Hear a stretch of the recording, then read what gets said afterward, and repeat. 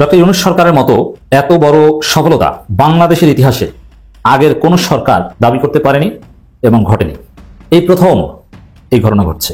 Action কিন্তু ঘটবে, লড়ো অথবা মরো। নিজেদের সর্বোচ্চ শক্তি দিয়ে পাল্টা জবাব দিয়েছে বিজিবি, একটা মিনি কিয়ামত চালিয়েছে। ইভেন তোমাদের শহরগুলা আমাদের ঠিক হাতের মুঠোয়। আমরা যদি চাই তোমাদের যে কোনো শহরের যে কোনো দরজায় আমরা পৌঁছাইতে পারি। এক জরুরি নির্দেশে বাংলাদেশের রাজপথে বিভিন্ন ক্যান্টনমেন্টগুলো থেকে সেনাবাহিনীর শত শত গাড়ি ছুটে গেছে। অবশেষে সরকারের টনক নড়েছে। কদিন আগে আইন উপদেষ্টা আসিফ নজরুল স্বরাষ্ট্র মন্ত্রণালয়ের ঘাড়ে বন্দুক রেখে যে গুলিটি করলো, এবার স্বরাষ্ট্রমন্ত্রী নতুন করে আসিফ নজরুলের ঘাড়ে রেখে বন্দুক গুলি করলো।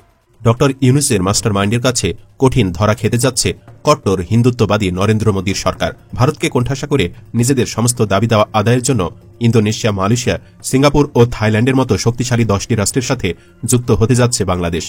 বাংলাদেশের প্রতিরক্ষা খাতে আসছে এমন এক সম্ভাব্য উন্নয়ন যা পুরো দক্ষিণ এশিয়ার সামরিক ভারসাম্যে নতুন অধ্যায়ের সূচনা করতে পারে। এই অত্যাধুনিক চালকবিহীন আকাশযানটি শুধু প্রতিরক্ষা নয়, আক্রমণাত্মক সক্ষমতায়ও বাংলাদেশকে এক নতুন উচ্চতায় নিয়ে যেতে পারে। আর এতেই নড়ে বড়ে বসেছে ভারত। বন্ধুরা, বাংলাদেশের জন্য সুখবর। এবার দেশের মাটিতে সাবমেরিন তৈরি করবে বাংলাদেশ। বাংলাদেশকে প্রযুক্তিগত সহায়তা দিচ্ছে চায়না। দেশের মাটিতে সাবমেরিন তৈরি করবে বাংলাদেশ। এটা শুনে ভারতের মাথায় হাত। ভারত এটি বিশ্বাসই করতে পারছে না। ভারতের আগ্রাসন মোকাবেলা করার জন্য চীন থেকে আরো 12টি সাবমেরিন ক্রয় করতে যাচ্ছে বাংলাদেশ। এর জন্য চীনের সাথে চুক্তি করার প্রক্রিয়া শুরু করেছে বাংলাদেশ। দাদু কত বড় করে গলা করে বলছিলা যে বাঙালিদের না খাওয়াই মারবা, হ্যান করবা, ত্যান করবা, দিবা না কিছু। বাঙালি না খেয়ে মরছে, এবার না খেয়ে তো তোর দেশের জনগণই মরতেছে। বারবার করে বলছি না যে বাংলাদেশে যদি ওরা প্রোডাক্ট না পাঠাইস, আলু না পাঠাইস, পেঁয়াজ না পাঠাইস, বাংলাদেশের মানুষ মারা যাবে না, মারা যাবে তোর দেশের মানুষ। দর্শক, সফলতার দ্বারপ্রান্তে পৌঁছে গিয়েছে অন্তর্বর্তীকালীন সরকার। স্বাধীনতার 53 বছরে কোনো সরকার যা ঘটাতে বা করতে পারেনি সেটি করে দেখিয়েছে ডক্টর মোহাম্মদ ইউনূসের সরকার। বাংলাদেশেই তৈরি হতে চলেছে ভয়ঙ্কর সব অস্ত্র, এবং যেগুলো বাংলাদেশে তৈরি করা সম্ভব নয় সেগুলো চীন এবং তুরস্ক থেকে অতি দ্রুতই ক্রয় করা হচ্ছে। তো প্রিয় দর্শক, বাংলাদেশ ঠিক এই সময়ে এসে কি কি অস্ত্র তৈরি করতে চলেছে এবং সেগুলো কতটা ভয়ঙ্কর হতে চলেছে সেটি আশা করছি আজকের নিউজটি সম্পূর্ণ মনোযোগ সহকারে দেখলেই বুঝতে পারবেন। এমনকি সরকারের এই ধরনের পদক্ষেপগুলো দেখে অনেক বিশ্লেষকই বলছেন সাবেক প্রধানমন্ত্রী শেখ হাসিনা বাংলাদেশকে যেভাবে ভারতের করদ রাজ্যে পরিণত করেছিল, অবশেষে 5ই আগস্ট অভ্যুত্থানের মাধ্যমে বাংলাদেশ ভারতের করদ রাজ্য থেকে বের হয়ে আসতে পেরেছে। প্রিয় দর্শক, এরই সাথে সাথে আমি ভিডিও শুরুতে আপনাদের আরও যে ভিডিওগুলোর অংশবিশেষ দেখিয়ে শুরু করেছিলাম সেই ভিডিওগুলোর বিস্তারিত আলোচনা দেখাবো। তবে তার আগে বলি, যারা এখনো চ্যানেলটি সাবস্ক্রাইব করেননি সকলে চ্যানেলটি সাবস্ক্রাইব করে পাশে থাকা বেল আইকনটি বাজিয়ে দিবেন। আর যারা ইতিমধ্যে সাবস্ক্রাইব করে রেখেছেন তাদের সকলকে অসংখ্য ধন্যবাদ। তো চলুন একটি লাইক দিয়ে আমরা ধারাবাহিকভাবে সবগুলো ভিডিওর বিস্তারিত আলোচনা দেখে আসি। বন্ধুরা, বাংলাদেশের লালমনিরহাট বিমান ঘাঁটিটি নিয়ে যেন ভারতের মাথা ব্যথার শেষ নেই। তাদের মতে এই বিমান ঘাঁটিটি বাংলাদেশের একটি ফালতু ইনভেস্টমেন্ট, কারণ এটি নাকি তাদের আর্টিলারি রেঞ্জের মধ্যে রয়েছে। অর্থাৎ তারা চাইলে যে কোনো সময় বাংলাদেশের এই লালমনিরহাট বিমান ঘাঁটিটিকে উড়িয়ে দিতে পারবে। ভারতের এক বলদ ইউটিউবারকে দেখলাম, সে একটি ভিডিও তৈরি করেছে এবং সেই ভিডিওতে সে বকবক করে বলছে যে লালমনিরহাট বিমান ঘাঁটিটি তাদের আর্টিলারি রেঞ্জের মধ্যে রয়েছে। তারা যদি মেঘালয় থেকে আর্টিলারি ফায়ার করে তাহলে নাকি সেই আর্টিলারি এসে সরাসরি বাংলাদেশের লালমনিরহাট বিমান ঘাঁটিটিকে উড়িয়ে দেবে এবং সেখানকার প্রত্যেকটি বিমান ধ্বংস হবে। আপনারা হয়তো জানেন যে বাংলাদেশ সম্প্রতি চীনের কাছ থেকে জেট-10C ফাইটার জেট অর্ডার করেছে, যেগুলো হয়তো ডেলিভারি আগামী কয়েকদিনের মধ্যে অথবা কয়েক মাসের মধ্যেই বাংলাদেশ পাবে। আর সেই বিমানগুলো কিন্তু ভারতের রাফেলের সমকক্ষ। তাই ভারতীয়দের মাথা নষ্ট হয়ে গেছে। তারা কোনোভাবে মেনে নিতে পারছে না যে বাংলাদেশ এত অত্যাধুনিক যুদ্ধবিমান কিনতে চলেছে। আর বাংলাদেশ যদি এই যুদ্ধবিমান একবার ডেলিভারি পেয়ে যায় তাহলে সব থেকে বেশি বিপদে পড়বে ভারত। ভারতীয়দের দাবি, বাংলাদেশ নাকি অনেক ছোট্ট একটি দেশ এবং এদেশের আয়তন এত ছোট যে এই দেশে জেট-10C উড়ানোর মতো জায়গাও নাকি নেই, এবং বাংলাদেশের যে জেট-10C অর্থাৎ যেগুলো বাংলাদেশে আসতে চলেছে সেগুলোকে নাকি উড়ানোর মতো সক্ষমতা বাংলাদেশের নেই। অর্থাৎ বাংলাদেশের ভূখণ্ড এত ছোট। আসলে বাংলাদেশ একটু ছোট বলে তারা কত রকম কথা যে বলে তা তারা নিজেরাও জানে না। বাংলাদেশের চেয়েও ছোট অনেক শক্তিশালী রাষ্ট্র রয়েছে। আপনাদেরকে জানিয়ে রাখি যে ইসরায়েল কিন্তু বাংলাদেশের চেয়ে অনেক ছোট রাষ্ট্র। বাংলাদেশের একটি বিভাগের সাথে ইসরায়েলের তুলনা চলে। সেই ছোট্ট ইসরায়েল যদি F-35 এর মতো ভয়ঙ্কর যুদ্ধবিমান অপারেট করতে পারে এবং তাদের বহরে যদি কয়েকশো যুদ্ধবিমান রাখতে পারে তাহলে বাংলাদেশ কেন পারবে না? বাংলাদেশ তো প্রায় অনেক বড়ই দেশ।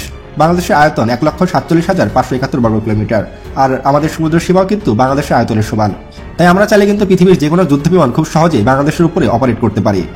আসলে বাংলাদেশ সেই যুদ্ধবিমানগুলোকে উড়াতে পারবে কি পারবে না সেটা নিয়ে ভারতীয়দের কোনো রকম মাথা ব্যথার প্রয়োজন নেই। আমরা যদি যুদ্ধবিমান ক্রয় করতে পারি তাহলে আমরা সেটাকে উড়াতেও পারবো। সো এই বিষয়ে তাদের গবেষণা না করলেও চলবে। এবার মূল বিষয়ে আসি। বন্ধুরা, লালমনিরহাট বিমান ঘাঁটি কিন্তু ব্রিটিশ আমলে তৈরি একটি বিমান ঘাঁটি, আর এর আয়তনও কিন্তু অনেক বেশি, এবং এর আয়তন প্রায় 4 কিলোমিটার, এবং এটি হতে চলেছে দক্ষিণ এশিয়ার দ্বিতীয় বৃহত্তম বিমান ঘাঁটি। আর এটাই ভারতের কাছে চিন্তার বিষয়। বন্ধুরা, এবার আরাকান আর্মির প্রসঙ্গে আসি। ভারতীয়রা তো এতদিন লাফালাফি করছিল, তারা বলছিল আরাকান আর্মি নাকি বাংলাদেশের চট্টগ্রাম দখল করবে, তারা নাকি বাংলাদেশের সেন্ট মার্টিন দখল করে নেবে। কই সেই আরাকান আর্মি? তারা তো বাংলাদেশ দখল করতে আসছে না, তারা তো বাংলাদেশের সেন্ট মার্টিনও দখল করতে পারলো না, তারা তো কোনো কিছুই করতে পারলো না। শুধু শুধু ভারতীয়রা লাফালাফি করে। আর ভারতের কিছু সার্কাস টিভি চ্যানেল আছে যাদের কাজই হলো সবসময় লাফালাফি করা। তারা সবসময় ভুলভাল তথ্য প্রচার করে এবং সবসময় বিভ্রান্তমূলক তথ্যই প্রচার করে। আসলে ভারত আমাদের শত্রু রাষ্ট্র, এটা মানতেই হবে। শুভেন্দু পাগল তো খুঁজতে থাকে কৃষকরা ইন্ডিয়ার। হ্যাঁ দাদু, কত বড় করে গলা করে বলছিলা যে বাঙালিদের না খাওয়াই মারবা, হ্যান করবা ত্যান করবা, দিবা না কিছু। বাঙালি না খেয়ে মরছে, এবার না খেয়ে তো তোর দেশের জনগণই মরতেছে। বারবার করে বলছি না যে বাংলাদেশে যদি ওরা প্রোডাক্ট না পাঠাস, আলু না পাঠাস, পেঁয়াজ না পাঠাস, বাংলাদেশের মানুষ মারা যাবে না, মারা যাবে তোর দেশের মানুষ। কারণ তোর দেশের কৃষকরা বাংলাদেশকে টার্গেট করে তোর এখানে আলু উৎপাদন করে, পেঁয়াজ উৎপাদন করে, মরিচ উৎপাদন করে। লসটা কার হয়েছে? আলুর যে দাম কৃষকরা পাচ্ছে না, 2.5 টাকা 3 টাকা করে তারা হচ্ছে ফসলের দাম পাচ্ছে, ফলে কৃষকের আত্মহত্যা ইতিমধ্যেই শুরু হয়ে গেছে। আজকে 15 দিন দাঁড়িয়ে থাকায় বহু ক্ষতি হচ্ছে, প্রচুর টাকা লস। এক গাড়িতে পেঁয়াজের দামই প্রায় 10 থেকে 12 লক্ষ টাকা। এই শুভেন্দু ভাবছিল কি যে পশ্চিমবঙ্গে একটা দাঙ্গা লাগাই দিবে হিন্দু মুসলিমের ভিতর, যে ওই বাংলাদেশে হিন্দুরা নির্যাতিত, হিন্দুদের পক্ষে কথা বলবে আর পশ্চিমবঙ্গের হিন্দু ভোটগুলা ও নিবে, এটা মনে করছিল। হায় রে গাধারে, তোর একটা জিনিস বোঝায়, সেটা হচ্ছে কোনো রেস্টুরেন্টে যদি কাস্টমার না যায়, কাস্টমার কিন্তু মরে না, কাস্টমার ঠিকই খায় অন্য রেস্টুরেন্ট থেকে, এটা মাথায় রাখবি। কিন্তু ওই যে ব্যবসায়ী সে কিন্তু মরে যায়। তো আমরা হলো বাইককে, তো আমরা কাস্টমার, ওই যে আগেও বলছি যে কাস্টমার অলওয়েজ রাইট, আমাদের সাথে ভালো ব্যবহার করতে হবে। তোমরা আমাদেরকে প্রোডাক্ট না দিলে আমরা কি না খেয়ে থাকবো? তুমি দেখছো যে তোমরা এই পাঠাও নাই, অনেকদিন বন্ধ ছিল, বাংলাদেশের কোথাও এটা আন্দোলন হয়েছে যে পেঁয়াজের দাম বেশি, আলুর দাম বেশি, সবকিছুর দাম বেশি, বরং যখন কমছে সবকিছুর দাম সবকিছুর দাম কমছে। আগে একটা কফি কিনতে হয়তো মনে করেন যে 100 টাকা কেজি, সেটা এখন 35 টাকায় চলে আসছে। 1 কেজি সিম ছিল 150-200 টাকা, সেটা এখন 40 টাকায় চলে আসছে। মরিচ চলে আসছে 100 টাকার নিচে। আলু চলে আসছে, যেটা দেশি আলু ওইটাই বিক্রি হইতো 120-130 টাকা, সেটা এখন 80 টাকা।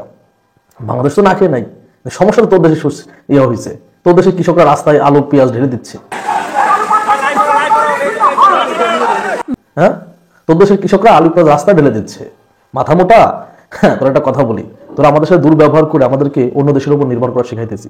তোরা বারবার করে শুধু বাংলাদেশের মানুষরা বলছিস যে ইন্ডিয়া এটা না দিলে না খেয়ে মরবে, ইন্ডিয়া ওটা না দিলে না খেয়ে মরবে।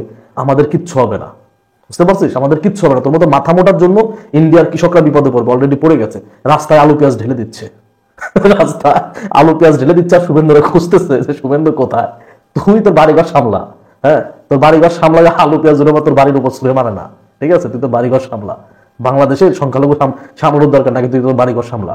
তোর বাড়িঘরে যে আলু পেঁয়াজ নিয়ে হামলা করবে কৃষকরা, কি মনে করছিলা? হ্যাঁ, কি মনে করছিল? একটা দাঙ্গার সৃষ্টি করবা, তোমাদের দেখে নাচানাচি করবে বাংলাদেশের হিন্দুরা। বাংলাদেশের সনাতনীরা এত বোকারা তোমাদের মতো। কারণ বাংলাদেশের ওই সনাতনীরা অত পরিমাণ গোবর তো খায় না। দেখলাম তোমাদের ইন্ডিয়াতে, মানে বলতেও ঘৃণা লাগে, মানে গোবর দিয়ে রুটি খায়, বলতেও ঘৃণা লাগে। তোমাদের দেশের পুলিশরা মানে গরুর চুনা খায়, কিন্তু বাংলাদেশে এটা এতটা হয় না। তো বাংলাদেশের হিন্দু সনাতনী যারা আছে, ওদের মাথায় তোমাদের মতো গোবর না, ওদের মাথায় ব্রেন্ড আছে। ডক্টর ইউনূস সরকারের মতো এত বড় সফলতা বাংলাদেশের ইতিহাসে আগের কোন সরকার দাবি করতে পারেনি এবং ঘটেনি। এই প্রথম এই ঘটনা ঘটছে, আমাদেরকে এটা অ্যাপ্রিসিয়েট করতে হবে। এবং এই সফলতার উপর ভিত্তি করে সরকারকে 4 বছর ক্ষমতা রাখার সিদ্ধান্ত নিতে হবে আমাদেরকে। দর্শক, একটা বক্তব্য, অন্তর্বর্তী সরকার দায়িত্ব নেওয়ার পর কোনো দুর্নীতি হয়নি, ফাউজুল কবির সরকারের একজন উপদেষ্টা বলেছেন। মানে এভাবে কোন সরকার দাবি করতে পারেনি, এবং ইটস ট্রু। অন্তর্বর্তীকালীন সরকার দায়িত্ব নেওয়ার পর কোনো দুর্নীতি হয়নি, কেউ 1 পয়সা দুর্নীতি দেখাতে পারবে না। এর অর্থ কি? আসলে কি বাংলাদেশ রাষ্ট্রে কোনো দুর্নীতি হয়নি? না, বাংলাদেশ রাষ্ট্রে দুর্নীতির অভাব নেই। পুলিশ কি ঘুষ খায়নি? এখনো পুলিশ ঘুষ খাচ্ছে। আদালত কি ঘুষ খায় না? নিয়মিত ঘুষ খায়। বিভিন্ন মন্ত্রণালয় সচিব বা পিয়নরা কি ঘুষ খায় না? ধুমাইয়ে ঘুষ খায়। এর অর্থ হচ্ছে সরকারের লোকজন, এর আগে সরাসরি মন্ত্রীরা ঘুষ খেত, উপদেষ্টা পর্যায়ের লোকজন। সরকার বলতে যে আমরা বুঝি রাষ্ট্র নয়, শুধু সরকার, উপদেষ্টা পরিষদ বা মন্ত্রী পরিষদ, এরা কোনো দুর্নীতি করেনি। এখন এরা যদি দুর্নীতি মুক্ত থাকে এবং এরা যদি স্টেবল ভাবে দায়িত্ব পালন করতে পারে, কিছুদিন পর ওই সচিবালয়, অন্যান্য সব জায়গায়, অধিদপ্তর, সব জায়গায় ঘুষ বন্ধ হয়ে যাবে। প্রথম হচ্ছে মন্ত্রীদের ঘুষ খাওয়া থেকে বিরত থাকা। এই বিষয়টা হচ্ছে, এটা অতীতে সব মন্ত্রী এরকম ঘুষ খেত। মন্ত্রী মানেই হচ্ছে তার বিদেশে বাড়ি গাড়ি থাকবে, অবৈধ সম্পদের পাহাড় এবং অর্থ পাচার করতো। হাসিনার আমলে, বিএনপির আমলে আপনি খুঁজে পাবেন যে দুর্নীতি কি করেনি? কোন মন্ত্রী দুর্নীতি করেনি, কোন মন্ত্রী পিএস দুর্নীতি করেনি? নিশ্চিতভাবে 2-3 লোকের ক্ষেত্রে বলা যায় যে এরা দুর্নীতি করেনি মন্ত্রী হিসাবে, যেমন মাওলানা মতিউর রহমান নিজামী, আলী হাসান মুজাহিদ, খালেদা জিয়া। এছাড়া অন্য কেউ দুর্নীতি করেনি এটা বিশ্বাস করতে কষ্ট হয়। সবার মধ্যেই সরাসরি সেনা করলেও তার জানতো যে তার পিএস অথবা এরা কম বেশি টাকা পয়সা খায়। কিন্তু ডক্টর ইউনূস সরকারের আমলে কোনো উপদেষ্টা 1 পয়সা দুর্নীতি করেছে এরকম প্রমাণ কেউ দিতে পারবে না, এবং আমি ব্যক্তিগতভাবে এটা বিশ্বাস করি। অন্তর্বর্তী সরকার দায়িত্ব নেওয়ার পর কোনো দুর্নীতি হয়নি, এর অর্থ হচ্ছে এটা, এবং এটাই হচ্ছে বাংলাদেশের ইতিহাসে এটা এই প্রথম যে সরকারের কেউ 1 টাকাও দুর্নীতি করেনি, উপদেষ্টারা। অতএব এই সরকারকে আমাদের ক্ষমতায় রাখতে হবে। এই সরকার দীর্ঘদিন ক্ষমতায় থাকলে আমরা এক পর্যায়ে দেখবো বাকি দুর্নীতি শেষ হয়ে গেছে, ধীরে ধীরে দুর্নীতির সবকিছু বন্ধ হয়ে যাবে, সচিবালয়, অধিদপ্তর সব জায়গা থেকে দুর্নীতি উৎখাত হবে, এটা আমরা বিশ্বাস করতে চাই। অন্তর্বর্তী সরকার দায়িত্ব নেওয়ার পর কোনো খাতে দুর্নীতি হয়নি বলে দাবি করেছেন রেলপথ এবং সড়ক পরিবহন সেতু উপদেষ্টা মোহাম্মদ ফাজুল কবির। না, কোনো খাতে, এইটাও ব্যাখ্যা হচ্ছে এটা যে খাত সরাসরি মন্ত্রী তত্ত্বাবধানে পরিচালিত হয়, মানে এইভাবে হয়নি, যেমন কোন একটা প্রজেক্ট বাস্তবায়ন করা, কোনো পছন্দের কোম্পানিকে টেন্ডার দেওয়া বা ইত্যাদি ইত্যাদি, মন্ত্রীর আত্মীয় স্বজন, মানে এই টাইপের হয়নি। কিন্তু বিভিন্ন ধাপে ধাপে এক টেবিল থেকে আরেক টেবিলে ফাইল নিতে বা এইসব ক্ষেত্রে যে দুর্নীতি হয় না, বা জনগণের সেবা নিতে কোনো দুর্নীতি হয় না, এটা ভুল। জনগণকে সেবা নিতে এখনো প্রচুর টাকা দিতে হয়। আপনি ভূমি রেজিস্ট্রেশন থেকে শুরু করে কোন জায়গায় টাকা না লাগে, সব জায়গায় লাগে। তবে সরাসরি সরকারের লোকজন দুর্নীতিমুক্ত, এভাবে থাকলে ওই এসিল্যান্ড বলেন আর সাব রেজিস্টার বলেন, কোথাও কোনো দুর্নীতি থাকবে না। ফাজুল কবির বলেন, বিগত বছরে শুধু বিআরটি প্রকল্পই নয়, দেশের সব প্রকল্পই দুর্নীতি হয়েছে, তবে অন্তর্বর্তী সরকারের দায়িত্ব নেওয়ার পর কোনো দুর্নীতি হয়নি। হ্যাঁ, ঠিক। এখানেও আবার একটু ব্যাখ্যা দিই। যেমন একটা প্রকল্প, এই প্রকল্পটা মন্ত্রী হাত ধরে স্থানান্তরে বা এক্সিকিউশনে দুর্নীতি হয়নি, কিন্তু প্রকল্পের ভিতরে অনেক কাজ আছে। যেমন একটা প্রকল্প সরকার পাশ করিয়ে দিয়েছে, এটা দুর্নীতিমুক্ত ভাবেই হয়েছে, কিন্তু ওই প্রকল্পের পরিচালক যারা, তার অধীনে যারা, সেসব জায়গায় ঠিকই দুর্নীতি হয়। মালামাল ক্রয়ের ক্ষেত্রে, কম্পিউটার কেনা, নানান ক্ষেত্রে। সেনাবাহিনীতেও দুর্নীতি হয়, সেনাবাহিনী প্রকল্প প্রচুর দুর্নীতি হয়, আমরা এগুলো জেনে শুনে বলছি। সেনা অফিসাররা দুর্নীতি করেন, তারা 45,000 টাকা কম্পিউটার কিনে তারপরে বলে যে 3 লাখ টাকায় কিনেছি। অবশেষে সরকারের টনক নড়েছে। কদিন আগে আইন উপদেষ্টা আসিফ নজরুল স্বরাষ্ট্র মন্ত্রণালয়ের ঘাড়ে বন্দুক রেখে যে গুলিটি করলো, এবার স্বরাষ্ট্রমন্ত্রী নতুন করে আসিফ নজরুলের ঘাড়ে রেখে বন্দুক গুলি করলো। কি রকম? আজ সচিবালয় প্রেস কনফারেন্স করে আমাদের স্বরাষ্ট্র উপদেষ্টা বললেন, বিডিআর পিলখানা হত্যাকাণ্ডে পুনর্তদন্তে নতুন কমিটি গঠন করা হচ্ছে। অর্থাৎ যখন এই বিষয়টিকে ধামাচাপা দেওয়ার চেষ্টা করা হচ্ছিল, তখন আমরা যারা সোচ্চার ছিলাম, প্রবাসী সাংবাদিক ইলিয়াস সহ, এবং যখন এই ব্যাপারে পুরো বাংলাদেশের মানুষের মধ্যে ক্ষোভের সৃষ্টি হলো, বৈষম্য বিরোধী আন্দোলনের বেশ কজন সমন্বয়ক তারা আইন মন্ত্রণালয় ঘেরাও করার কর্মসূচি হাতে নেওয়ার ঘোষণা দিল, সবকিছু মিলে স্বরাষ্ট্র মন্ত্রণালয় আজ ব্রিফিং করে জানালো আবার নতুন করে পুনঃতদন্তে কমিটি গঠন করা হচ্ছে। কি বললেন তিনি বললেন 5 কর্মদিবসের মধ্যে নতুন কমিটি ঘোষণা করা হবে। সেখানে রিটায়ার্ড সেনা অফিসার থাকবেন, পুলিশ বাহিনীর সদস্য থাকবেন, সিভিল কর্মকর্তারা থাকবেন সাবেক বিচারপতিদের কেউ, এবং এই কমিটি 5 জন হতে পারে, 7 জন হতে পারে, 9 জন হতে পারে। তবে এখানে সংখ্যা বেশি থাকবে সাবেক সেনা অফিসাররা, যেহেতু পিলখানা হত্যাকাণ্ডে ক্ষতিগ্রস্ত হয়েছে সামরিক বাহিনী। এটি আজকে জানালেন স্বরাষ্ট্র উপদেষ্টা। এক বাক্যে বলতে পারি সরকারের টনক নড়েছে। এখন আরেকটা প্রশ্ন তৈরি হয়েছে যে স্বরাষ্ট্র উপদেষ্টা বললেন পুনঃতদন্তে তারা কমিটি গঠন করবেন, এর মধ্য দিয়ে কি নতুন করে এর তদন্ত শুরু হচ্ছে?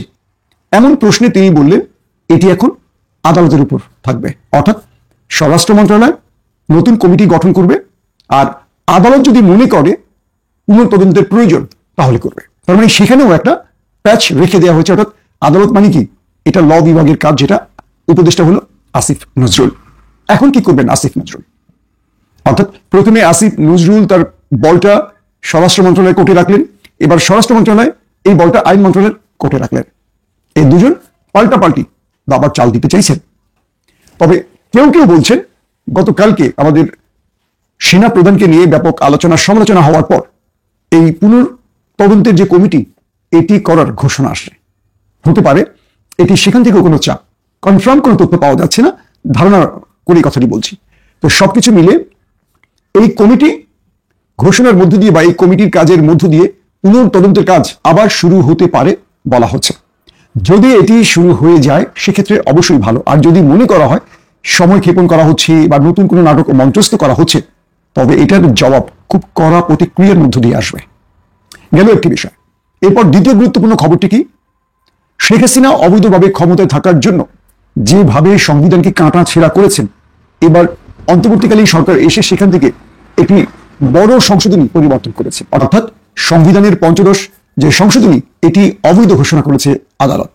তার মানে রাষ্ট্র আবারও কেয়ারটেকার সরকারে ফিরল, মানে তত্ত্বাবধায়ক সরকারে ফিরে গেল। অর্থাৎ শেখ হাসিনা অবৈধভাবে আজীবন ক্ষমতায় থাকার জন্য তত্ত্বাবধায়ক পদ্ধতিটিকে বাতিল করে তার তত্ত্বাবধানের নির্বাচনের যে ব্যবস্থাটি করেছিলেন সেটি এখন বাতিল হয়ে গেছে। আগামীতে আবারও কেয়ারটেকার পদ্ধতি পুনর্বহাল করা হলো।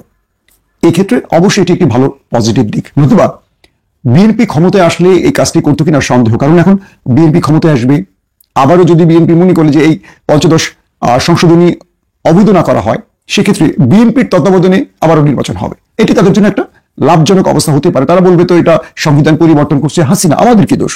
কিন্তু ডক্টর মোহাম্মদ ইউনূসের সরকার আদালতের মাধ্যমে পঞ্চদশ সংশোধনী অবৈধ করায় আর কারো ঘাড়ে বন্দুক রাখার সুযোগ নেই। এখন থেকে তত্ত্বাবধায়ক সরকার পদ্ধতি ফিরে এলো। দর্শক, এই দুটো বিষয়ের ফাঁকে আরো কয়েকটি বিষয় আমাদের আলোচনার বিষয় রয়েছে। এক, সাম্প্রতিক সময় ডক্টর ইউনূস তার অন্তর্বর্তীকালীন সরকার সবচেয়ে বড় চাপে পড়ে গেছে যে কজন উপদেষ্টা, তাদের মধ্যে অন্যতম আসিফ নজরুল। দ্বিতীয় অবস্থায় রয়েছে সেই আসিফ নজরুলেরই আরেকজন সখ্য ব্যক্তি, আমাদের ফিল্ম ডিরেক্টর ফারুকী। এছাড়া আরো বেশ কজনকে নিয়ে আলোচনা থাকলেও সেটা বড় মাপে নেই। কয়েকটি সূত্র বলছে ইউনূস সরকার এই মুহূর্তে আসিফ নজরুলকে নিয়ে যে সমালোচনার মুখে পড়েছেন এটা তার জন্য সুখকর নয়। কিন্তু আসিফ নজরুলকে নিয়ে এই সরকারের, মানে অন্তর্বর্তীকালীন সরকারের যতটুকু সফলতা, সব কেন যেন ব্যর্থতার রূপ নিয়েছে। অনেক উপদেষ্টা নাখোশ তার উপর, এবং সাম্প্রতিক সময় তাকে নিয়ে যতগুলো আলোচনা হয়েছে প্রত্যেকটি আলোচনার দিন শেষে প্রমাণ আকারে জনগণের কাছে উপস্থিত হয়েছে। এবং আমরা যদি একটি ছোট্ট পারসেপশন দিয়ে বলি আপনাদের, আসিফ নজরুলের পক্ষে যারাই কথা বলেছেন সাম্প্রতিক এই কয়দিনে, আমরা দেখেছি তাদের অবস্থা বা তাদের জনপ্রিয়তা বা তারাই কটাক্ষের মুখে পড়েছে। ধরুন আমি কয়েকটা উদাহরণ দিয়ে বলি। আমাদের উপদেষ্টা আসিফ মাহমুদ সজীব ভুইয়া, তিনি আসিফ নজরুলের পক্ষে একটি পোস্ট করেছেন এবং তার কমেন্টে তিনি এত বেশি মানুষের গালাগাল বা সমালোচনার মুখে পড়েছেন যেটা তিনি আশা করেননি। আমরা দেখেছি আমাদের সাবেক একজন সংসদ সদস্য গোলাম মাওলা রনি, আমরা দেখেছি ফাহাম অস্ট্রেলিয়া থেকে বোধহয়, আমরা দেখেছি প্রবাসী আমেরিকা প্রবাসী শাহেদ আলম, এরকম বেশ কজন পড়ে গেছেন বড় বিপদে, যারা আসিফ নজরুলের পক্ষে কথা বলতে গিয়ে তারা এখন মানুষের কাছে ভিলেনের রূপ নিয়েছেন। অর্থাৎ এটিও জনগণের একটা পারসেপশন, জনগণের একটা কি বলবো পক্ষ বিপক্ষ নির্ধারণের স্থান। বলা হচ্ছে আসিফ নজরুল এই মুহূর্তে সবচেয়ে বিতর্কের মধ্যে পড়ে গেছেন। আবার তার নিকট অনেকেই তাকে বলছেন সম্মানজনকভাবে এই পদটি ছেড়ে তাকে আবার তার শিক্ষকতার পেশায় ফিরে আসতে। অনেকেই বলছেন যে তার উপর চাপও তৈরি হচ্ছে বিভিন্নভাবে। দুটো বিষয় এখানে স্পষ্ট। এক, সরকারের উপদেষ্টা হিসেবে, ধর্ম উপদেষ্টা হিসেবে আমাদের একজন প্রখ্যাত স্কলার আলেম আহমদুল্লাহকে ডাকা হয়েছিল এই উপদেষ্টা মণ্ডলীতে যোগ দেওয়ার জন্য। তিনি সম্মানের সাথে সেটাকে ডিনাই করেছেন, বরং তিনি বর্তমান যিনি ধর্ম উপদেষ্টা তার নামটি প্রস্তাব করেছে। তো আহমদুল্লাহ সাহেব তিনি মানুষের কাছে আরো জনপ্রিয় হয়েছেন, কারণ তিনি রাষ্ট্রের ওই গুরুত্বপূর্ণ পদের লোভী ছিলেন না। তো একইভাবে আসিফ নজরুলও একটা সুযোগ পেয়েছিলেন, অথবা আন্দোলনের শেষ সময় এসে ছাত্রদের সাথে সখ্যতা বৃদ্ধি করে লোভনীয় উপদেষ্টা হয়েছেন, মানে লোভনীয় মন্ত্রণালয়ের দায়িত্ব তিনি নিয়েছেন। গুরুত্বপূর্ণ অনেকগুলো মন্ত্রণালয় তিনি পেয়েছেন রাষ্ট্রের, এবং ছাত্রদেরকে দিক নির্দেশনা দিয়ে তাদের খুব কাছে পৌঁছে গিয়েছেন, অভিভাবক হয়ে গেছেন। সবকিছু মিলে আসিফ নজরুলকে এই বর্তমান সময়ে রাষ্ট্রের ব্যর্থতাগুলো দায় নিতে হচ্ছে। এখন আসিফ নজরুল এতদিন ধরে যে বক্তব্যগুলো দিতেন যে সরকারের কোনো মন্ত্রী এমপির বিরুদ্ধে যদি অভিযোগ আসে, আমরা দেখেছি উন্নত দেশগুলোতে সেসব মন্ত্রীরা পদত্যাগ করেন। এগুলো আসিফ নজরুল বিভিন্ন টকশোতে বলতেন যে যদি কখনো আমার বিরুদ্ধে এরকম অভিযোগ আসে, আমি মনে করব সম্মানজনকভাবে এই পদ ছেড়ে দেওয়া উচিত এবং একটা সঠিক পদ্ধতিতে তদন্ত হওয়া উচিত। তো আজকে যখন বাংলাদেশে আসিফ নজরুলকে নিয়ে এত সমালোচনা হচ্ছে, আসিফ নজরুল তার বক্তব্য অনুসারে সেই কাজটি কেন করছেন না? তিনি কেন তার বিরুদ্ধে আনিত অভিযোগগুলোকে কেবল অন্যকে দিয়ে বা নিজের একটি বক্তব্যের মাধ্যমে সমাপ্ত করতে চাইছেন? কোনো তদন্ত কমিটি কেন হচ্ছে না? কারণ রাষ্ট্রের একটা গুরুত্বপূর্ণ মন্ত্রণালয়ের একজন উপদেষ্টার বিরুদ্ধে খুব গুরুতর অভিযোগ আনা হয়েছে যে তিনি কোনো ভিন দেশের এজেন্ট কিনা। এদিকে সেনাবাহিনীর আরেকজন অফিসার, গোয়েন্দা অফিসার, রিটায়ার্ড গোয়েন্দা অফিসার, তিনি আবারও মুখ খুললেন। তিনি বললেন এই রাষ্ট্রের অর্থাৎ কোন একটি গোয়েন্দা বাহিনীর হয়ে আসিফ নজরুল, মনির হায়দার, শাহেদ আলমরা কাজ করছিলেন। অর্থাৎ 2018-তে বিএনপি ক্ষমতায় না আসায় এই তিনজনের কাছে এমন কোনো বার্তা ছিল গোয়েন্দা বাহিনীর, যারা বুঝিয়েছিলেন এই তিনজনকে যে চিরতরে বিএনপি হারিয়ে যাচ্ছে আর আওয়ামী লীগ আজীবন ক্ষমতা থাকবে। এবং পরবর্তীতে মনির হায়দার বা শাহিদ আলমরা তারা সরকারের সাথে আপোষ করে নিয়েছে যে তারা এখন আর বিরোধী মতে বা বিরোধী পক্ষে থাকবেও না, কথাও বলবে না। এই জন্য তাদেরকে ব্যক্তিগতভাবে লাভবান করা হবে। এবং মনির হায়দার সেই গোয়েন্দা অফিসার, রিটায়ার্ড গোয়েন্দা অফিসারকে ডেকে বৈঠকও করেছেন, কথাও বলেছেন এবং বলেছেন বিএনপি আর ক্ষমতায় আসবে না, তারেক রহমান আর ক্ষমতায় আসবে না, সো হাসিনাই ক্ষমতায় থাকবে। তাই তারা এখন একটা গোয়েন্দা বাহিনীর কি বলবো পরামর্শে, প্রিসক্রিপশনে কাজ করতে চান। যারা সরকার বিরোধী এতদিন কথা বলেছেন, ইলিয়াস, পিনাকি, কনক সরোয়ার, তাদের সবাইকে তারা একটা কমিটির মতো করে বা একটা আলোচনার মধ্য দিয়ে হাসিনার পক্ষে নিয়ে যাওয়ার প্রচেষ্টা চালিয়েছিলেন। এবং তার মধ্যে আসিফ নজরুল একজন, এটিও সেই গোয়েন্দা অফিসার তার আমেরিকা থেকে লাইভ ইন্টারভিউতে বলেছেন। তো এই বিষয়গুলো সত্য হোক আর মিথ্যে হোক, যেহেতু রাষ্ট্রের গুরুত্বপূর্ণ ব্যক্তিদের পক্ষ থেকে অভিযোগ আসছে, এগুলোর সত্যতা প্রমাণে এখন তদন্ত হওয়া খুব জরুরি বলে মনে করছি। দর্শক, আমি আশা করছি আপনারা সকলেই অত্যন্ত মনোযোগ সহকারে সবগুলো ভিডিও দেখেছেন। এমনকি দর্শক, যদি এই ভিডিওগুলো সম্পর্কে আপনাদের কোনো মতামত থেকে থাকে তাহলে তো অবশ্যই জানাবেন। দর্শক, নিউজটি শেষ করছি এখানেই, ফিরছি পরবর্তী নিউজে নতুন কোনো টপিকে। আল্লাহ হাফেজ।